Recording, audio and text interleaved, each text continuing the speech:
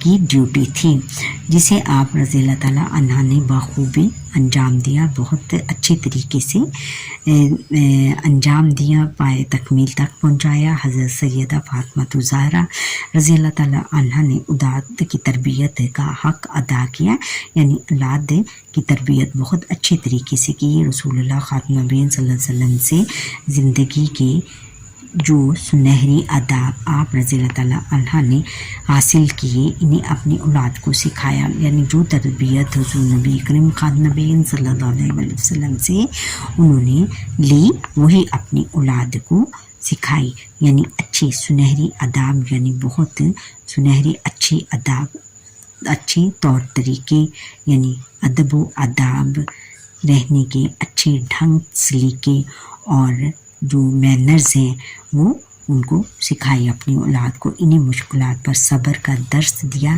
انہیں اس بات کا درس دیا کہ آپ پر جو بھی مشکل آئے آپ نے صبر کرنا ہے اور ہمیشہ حق پر ڈٹے رہنے کی تلقین کی، اور ہمیشہ سچ پر ڈٹے رہنے، یعنی سچ کا ساتھ دینے کی تلقین کی ہدایت کی۔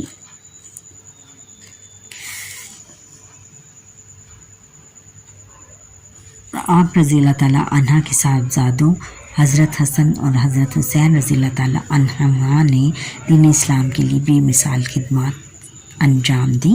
دین اسلام کے لیے، اسلام کے دین کے لیے بہت بے مثال کی ایسی خدمات انجام دیں کہ جن کی کوئی مثال نہیں ملتی۔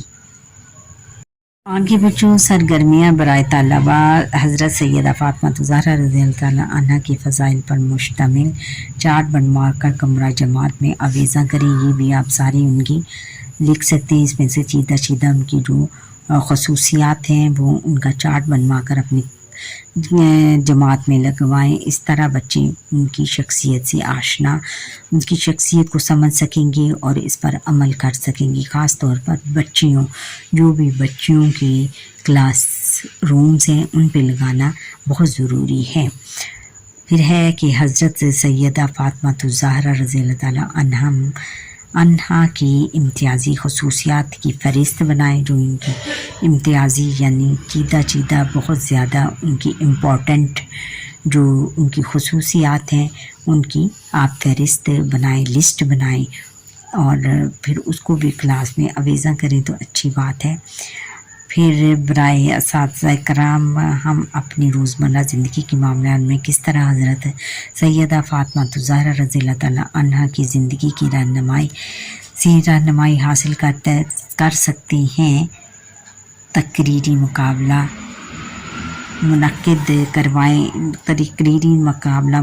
کروائیں کہ ان کی روزمرہ زندگی کو جانیں کہ انہوں نے کس طرح مشکل حالات میں زندگی گزاری۔ وہ اپنے ہاتھ سے چکی پیستی تھی، چکی پیس کے آٹا پھر اس کا بناتی تھی، پھر بہت دور جا کے پانی بھر کے لاتی تھی اپنے گھر کے لیے، اور چکی پیستے ان کے ہاتھوں کی ہتھیلیوں میں زخم ہو جاتے تھے، لیکن پھر بھی اف تک نہیں کرتی تھی، اور پھر اپنے گھر میں جھاڑو لگاتی اور ہر طرح کے بچوں کی ہر طرح کی دیکھ بھال کرتی، ان کو نہلاتی، اور چھوٹے بچوں سے لے کر ان کے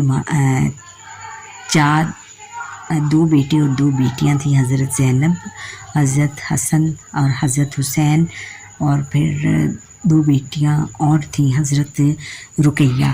ان سب کی وہ چھوٹے بھی تھے لیکن ان کے زہد و تقویٰ، یعنی ان کی جو عبادت میں کوئی فرق نہیں آتا تھا، پانچوں وقت کی عبادت گزار تھی، اور ہر وقت ان کے منہ میں تسبیح رہتی تھی، اور وہ اپنی گھریلو زندگی ان کی بڑے اچھے طریقے سے گزرتی تھی۔ اپنے شوہر کی بڑی تابع دار تھی، بچوں سے بہت شفقت و الفت سے پیش آتی تھی اپنے، اور ان کی تربیت میں انہوں نے کوئی کسر نہیں اٹھا رکھی تھی۔ دینی اصولوں کے مطابق انہوں نے اپنے بچوں کی تربیت کی، جو کہ حضور نبی اکرم خاتم النبیین صلی اللہ علیہ وسلم نے ان کو جو سنہری اصول بتائے تھے زندگی گزارنے کے، وہی انہوں نے اپنے بچوں کو آگے ٹرانسفر کیے۔ اور اسی لیے کہتے ہیں کہ ماں کی تربیت اچھے طریقے سے ہونی چاہیے.